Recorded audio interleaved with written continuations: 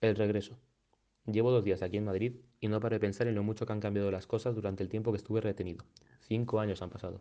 Se dice rápido.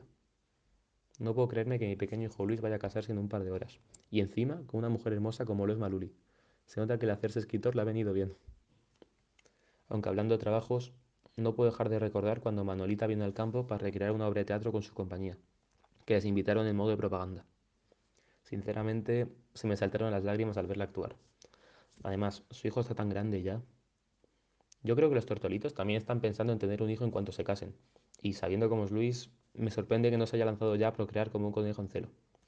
Seguro que mi querida Dolores estaría muy orgullosa de ver cómo nuestro pequeño ha crecido y madurado. Estoy convencido de que nos está cuidando desde allá arriba. Joder, ya me estoy poniendo melancólico otra vez.